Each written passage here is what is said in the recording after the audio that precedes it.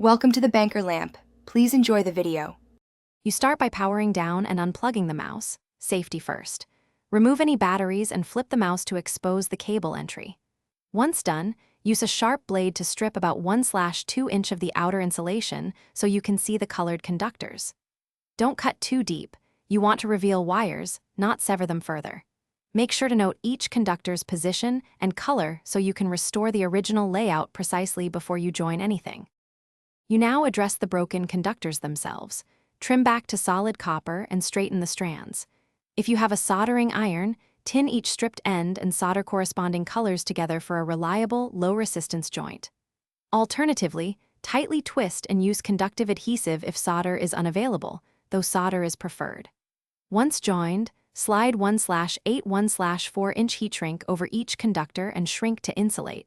If missing, wrap each wire individually with thin electrical tape to prevent shorts between conductors. You should finish by reinforcing the splice and restoring strain relief. Bundle the insulated conductors neatly, then cover the whole repaired section with a larger diameter heat shrink and shrink it to create a smooth outer sheath. Reassemble the mouse, reinstall batteries or reconnect USB, and test all functions.